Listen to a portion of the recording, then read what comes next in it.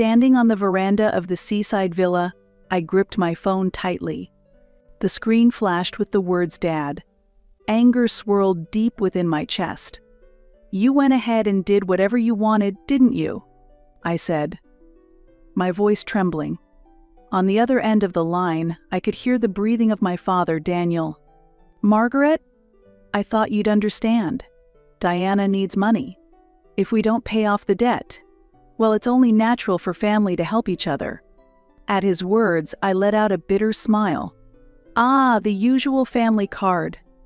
I am Margaret Moore. My parents, who adored my 2 years younger sister, Diana, had always been like this.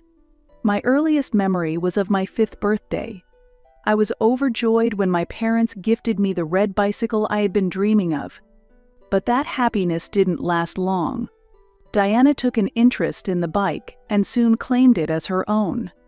Diana wants it, doesn't she? You're the big sister, so let her have it. In the end, the bike became Diana's. My small protest, but it was my birthday present, fell on deaf ears. When I entered elementary school, the same thing happened. The pencil case I received as a gift for starting school caught Diana's eye. Eventually, I was made to switch to a different one. "Diana is still young, so she wants what you have," my mother explained, always giving in to Diana's demands. Extracurricular activities were also all about Diana. When I expressed my desire to take swimming lessons, my parents immediately shut it down. We're spending money on Diana's piano lessons? Besides, Diana would feel lonely on her own. For Diana's activities, piano, ballet, painting, money was no object. Meanwhile, I wasn't allowed to do anything outside of school clubs. Whenever I finished my homework and wanted to go out to play, I was told, "Help Diana with her studies." Both of our parents attended Diana's school events, but when it came to mine, they always said, "We are too busy at work." Even when I came in first in a race during sports day, no one noticed because Diana had fallen and was crying. During an open school day, I gave a speech as class president, but my parents skipped it to attend Diana's event. When I was elected as a class representative in 6th grade, I didn't even bother telling my parents. I knew the conversation would just circle back to Diana. What stands out most in my memory was my 3rd year of high school. I worked tirelessly to get accepted into my first-choice university. But my parents' reaction was cold. "Oh, that's nice," my mother said indifferently. "I'm more interested in Diana's mock test results." That evening at dinner, my mother made all of Diana's favorite dishes. It was supposed to be a celebration of my achievement, but every topic revolved around Diana. No one shared in my efforts or joy. For Christmas, Diana always received expensive gifts, while I got practical items like stationery or clothes. Even the travel expenses for my club competitions were denied because the money was needed for Diana's piano lessons. Diana is sensitive. Diana is delicate. By the time I entered university, I had completely given up on my relationship with my family. It was during this time that I met Ken in the windsurfing club. I was a freshman and a total beginner, constantly at the mercy of the waves. Ken, on the other hand, was older than me and the captain of the club. On the first day of practice, I was thrown into the sea countless times. I swallowed salt water, and my eyes stung unbearably. Just as I was about to give up, Ken extended his hand to me. "Everyone starts like this," he said. I fell all day long when I was a freshman too. I cannot describe how much those words saved me. Up until then, I had rarely experienced kindness in the face of failure. One particularly memorable moment happened on the final day of our training camp. At dusk, I was alone, battling the waves. I hadn't managed to stand up even once that day, and this was my last chance. "Margaret, the wind is shifting," Ken shouted from the shore.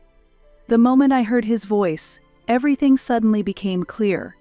The direction of the wind, the movement of the waves, the feel of the board.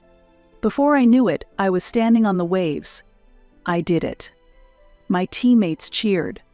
But the only thing I saw was Ken's beaming smile. "Don't tense up on the board," Ken gently advised me. "Feel the waves and move with them." For some reason, those words deeply resonated with me. No one had ever treated me with such care before.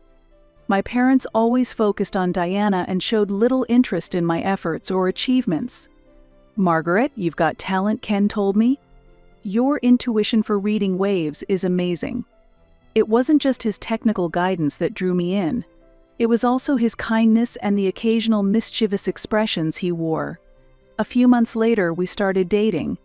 When I graduated from university, we decided to turn our passion for marine sports into a business and started an import company. The people around us were against it. My parents, in particular, strongly opposed the idea. We worked tirelessly to raise the startup capital. I juggled 3 part-time jobs, while Ken borrowed money from his family. Our first office was a small apartment 30 minutes on foot from the nearest station. All the furniture, desks, cabinets was second-hand. "This is our starting line," Ken said with a laugh. And I laughed with him. Finding business partners was far more challenging than we had imagined. "You're too young. You have no track record." We were rejected time and time again. But we refused to give up. We attended marine sports tournaments, built relationships with athletes, and gradually earned their trust. Our turning point came when we met a small manufacturer in Australia. They had also just started their business and were looking to expand into the US market. Perhaps our passion resonated with them, and we managed to secure an exclusive distributor contract. The night we signed that contract, we celebrated in our office with a cheap bottle of sparkling wine.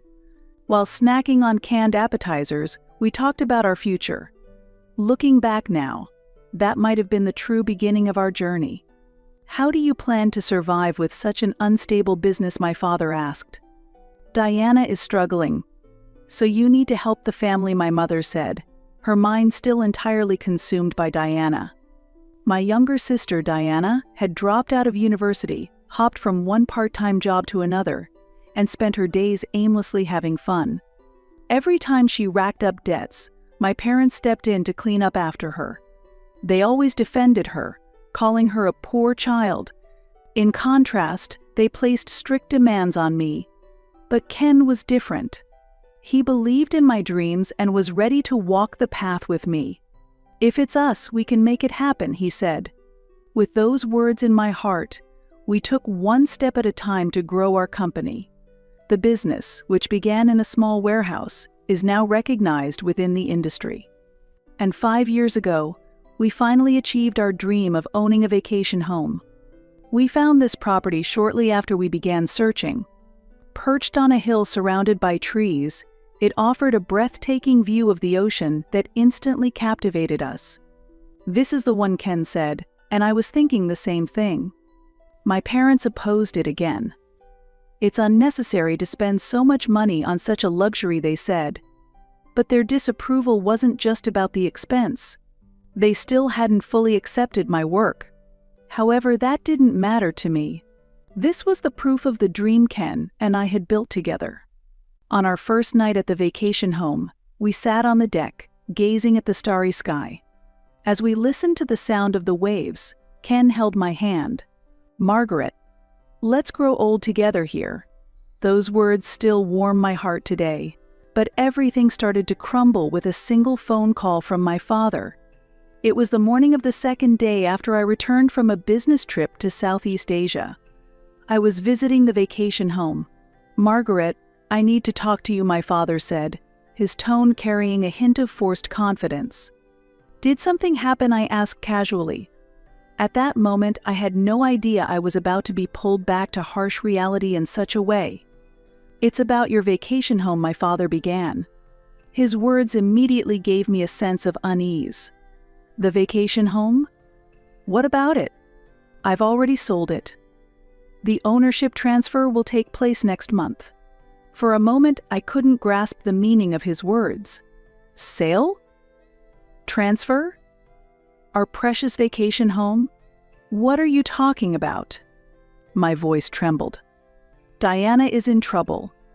She failed at an investment and now has $200,000 in debt, my father explained, his tone sounding like an excuse. And what does that have to do with our vacation home? Anger burned hot in my chest. Margaret, I thought you'd understand. Diana needs money. If we don't help the collectors, you went ahead and did whatever you wanted, didn't you? I said in an icy voice. My grip on the balcony railing tightened. You barely even used the vacation home, my father said, his tone growing more forceful. Diana's life is at stake. Is a vacation home you rarely use more important than your sister's life? That's Diana's problem, I replied, struggling to keep my trembling voice steady. To sell the vacation home without our consent. How did you even manage to proceed with the sale? I sensed a moment of hesitation in my father's response. I had your signatures, and the documents were already prepared. You forged them. My heart pounded as the gravity of my parents' actions began to sink in. Margaret, listen to me. Diana isn't at fault. She was just tricked. No, this is a crime. An unauthorized sale is fraud. My voice was cold. I'm contacting the police. I heard my father gasp on the other end of the line. The police? Don't be ridiculous. How can you bring a family matter outside? No, this isn't just a family matter. It's a crime, I said firmly, gripping the railing tighter. Dad, Mom, it's time you stopped cleaning up Diana's messes. Before me stretched the vacation home that Ken and I had worked so hard to save for over the years. It was the place where we dreamed, windsurfed, and gazed at the stars while sharing our hopes for the future. Margaret, we're family, aren't we? Helping each other is what family does, my father pleaded, his voice shifting to a tone of desperation. Yes, we're family, I said, letting out a deep sigh. And that's why I have to report you and Mom for fraud. As I ended the call, only the sound of the waves remained in the air. The salty breeze cooled my flushed cheeks. I couldn't believe my parents had sunk this low. Their twisted devotion to Diana had finally crossed an unforgivable line. Perhaps, in part, I was to blame for not stopping them sooner. But enough was enough. I slipped my phone into my pocket and returned inside the vacation home. An hour later, my phone rang again. This time, it was Ken. Margaret, are you okay? Hearing his voice, I felt a little calmer. Yes, I just finished talking to my father. I got a call from the potential buyer, Ken said, his voice steady. It turns out they're one of my younger friends from university. When I explained the situation, they understood immediately. The sale has been called off. I let out a deep sigh of relief. At least that was one problem solved. Thank you, Ken. I also heard from the police. They found the forged documents your parents used. His words made my chest tighten. How far are you willing to fall, Dad and Mom? Ken arrived at the vacation home later that evening. Even in the middle of his workday, he had come to check on me out of concern. Are you okay? He asked, his gentle voice bringing me a much-needed sense of comfort. Ken gently embraced me. Within his arms, the tears I had been holding back finally spilled over. Why? Why would they do this? Do they think they can do anything as long as it's for Diana?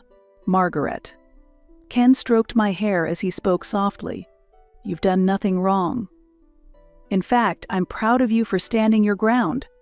Those words soaked into my heart. The following day, the police launched a full-scale investigation. My parents were subjected to questioning on charges of attempted fraud. My mother called me repeatedly, but I didn't answer. A week has passed since then. On the deck of the vacation home, we watched the sunset over the ocean. The sound of waves crashing against the shore quietly soothed my heart. I remember Ken said quietly, "The day we found this place." I remembered too. The day we toured the property, we decided on the spot. Though the house was old, fixing it up became part of our memories. We repainted the railings, replaced the floorboards, and renovated the kitchen. Every bit of work was done by the two of us. Sometimes we argued, But even those moments now feel nostalgic, Margaret Ken said, holding my hand. We're in this together. Whatever challenges come our way, we'll face them as a team. I nodded. My relationship with my parents may never return to what it once was. But that's okay. This is our life, our choices. And this seaside vacation home is the proof of our love. Meanwhile, the police investigation progressed steadily. As it unfolded, more details about my parents' actions came to light. They had known from the beginning that the property was jointly owned by Ken and me, yet they proceeded with the sale anyway. The forgery of documents was carefully planned. It was revealed that during their explanation to the prospective buyer, they provided false information. They had been preparing for this for 3 months. First, they forged my signature. Then, they skillfully imitated Ken's signature to falsify the agreement of sale. To the real estate agent, they lied, saying, "Our daughter and her partner are being relocated overseas and can no longer manage the property." The most shocking revelation was that my mother had spread rumors in the neighborhood. She claimed, "Margaret and her husband racked up debts and are forcing us to clean up after them." She was willing to tarnish her own daughter's reputation just to protect Diana. Diana got involved in a fraudulent investment scheme my mother reportedly confessed tearfully during the police questioning. It was supposed to be just $10,000 at first, but before we knew it, it had become $200,000. My parents had drained their savings and sold off land to cover the debt. Even that wasn't enough, so they tried to sell our vacation home to make up the difference. Diana isn't to blame, my mother insisted during questioning. She was just tricked. She's not as smart as Margaret. It was said that even the officer conducting the interrogation was left speechless by her words. My emotions were complicated. I could hardly believe my own parents had resorted to such actions. Then one day, Diana contacted me. "How could you do this, sis? Turning our parents over to the police is cruel." Her victim mentality was as present as ever. I responded calmly. "Diana, do you realize they tried to sell the vacation home Ken and I cherished just to cover your debt? That's a crime. But we're family, aren't we? I'm really struggling here. It's time you started taking responsibility for your actions. I'm done cleaning up after you." After hanging up, an overwhelming fatigue washed over me. Since childhood, Diana had been coddled by our parents.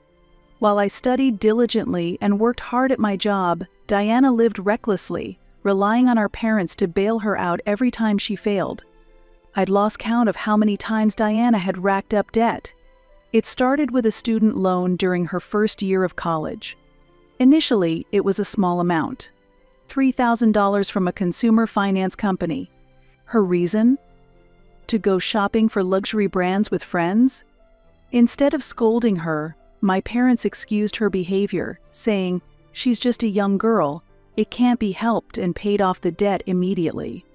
2 months later, we discovered she had misused her tuition money. It had been spent on trips with friends and new clothes. My father dipped into his savings to cover the $30,000 shortfall. Diana lacks life experience, they said. It's natural she doesn't understand the value of money. Rather than reprimand her, my parents defended her with excuses.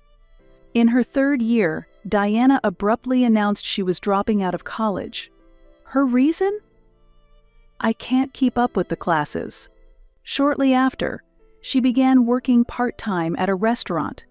There, she started dating a customer. Eventually, he introduced her to an investment scheme, and she lost $38,000. "You wouldn't understand, Margaret." "Because you're so smart," Diana said, glaring at me as if I were the problem. "He's the only one I have." My parents begged her to break up with him and managed to persuade her. But once again, they paid off her debt. Their retirement savings were nearly depleted. And now, this. Duped by another fraudulent investment scheme, Diana had accrued $200,000 in debt. This time, my parents had no means left to cover it. So they turned to selling our vacation home. They spoiled her too much, I had always pointed out. But my mother would shake her head. Diana is a fragile girl. We have to protect her. My parents' excessive devotion to Diana was destroying her. She lacked any sense of personal responsibility, repeating the same mistakes while insisting, "I'm the victim." When I decided to start my own business, my parents vehemently opposed it. "You should just join a stable company," they said. "You need to be responsible for Diana too." But I had already escaped from that curse. With Ken as my partner and supporter, I had begun to walk my own path. And yet my parents tried to take away the place that meant so much to us in the end. The total debt, as far as I knew, exceeded $400,000. Every time, my parents defended Diana as the poor girl and continued to clean up her messes.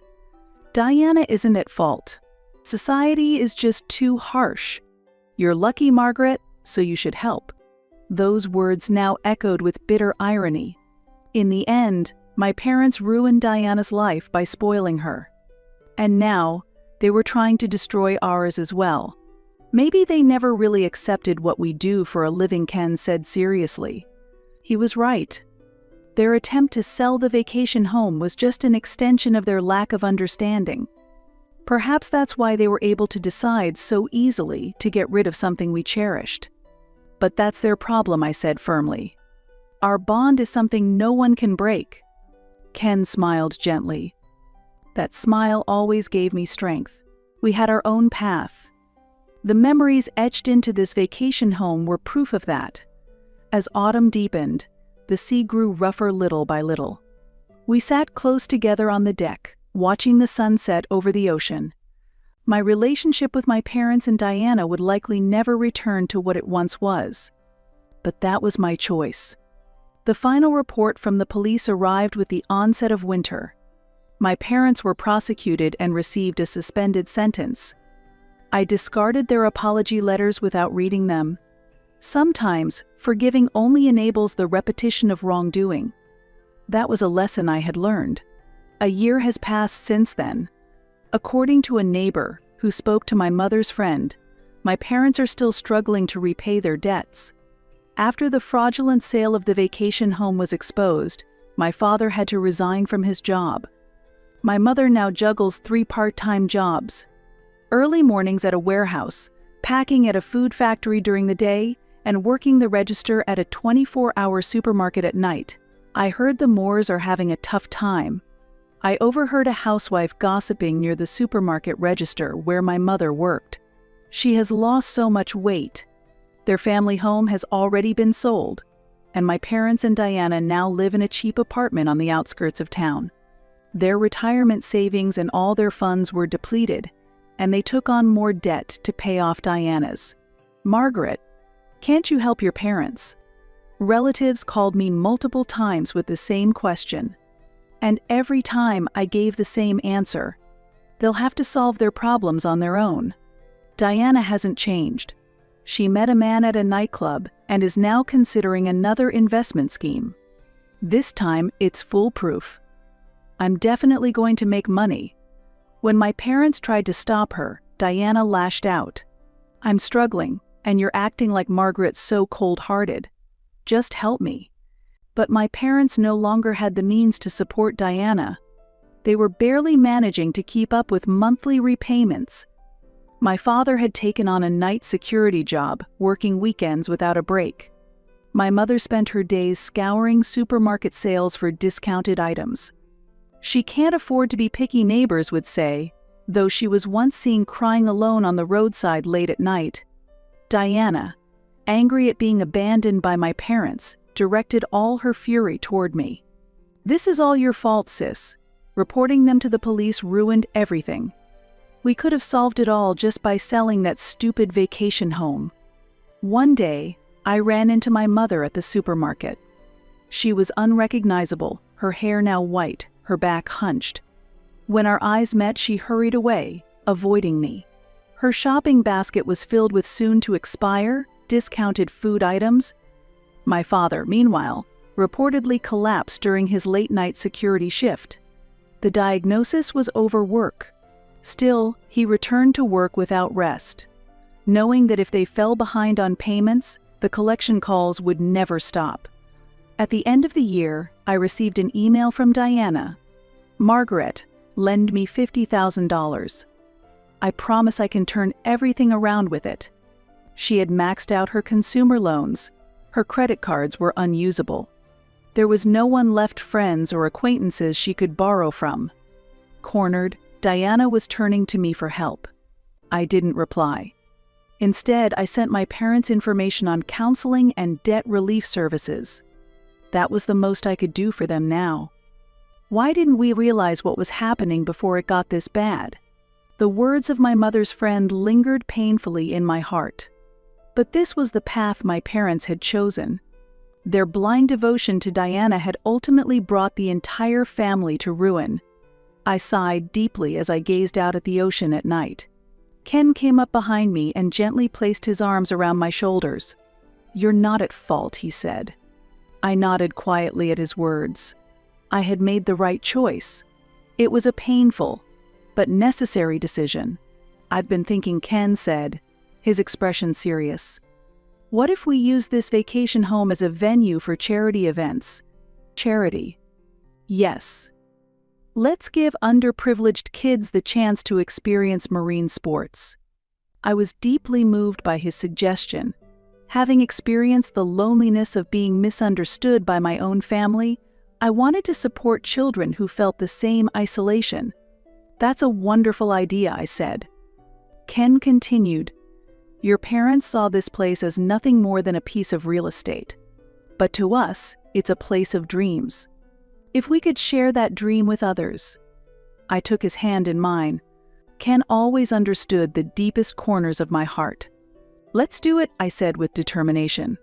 We changed into our wetsuits. Riding the waves, I felt a pure sense of happiness. Yes, my relationship with my biological family was lost. But I had chosen my path. And that choice wasn't a mistake. Listening to the sound of the waves, we looked toward the future. This vacation home will continue to nurture our dreams. And now, it will also become a place of hope for others pursuing dreams of their own.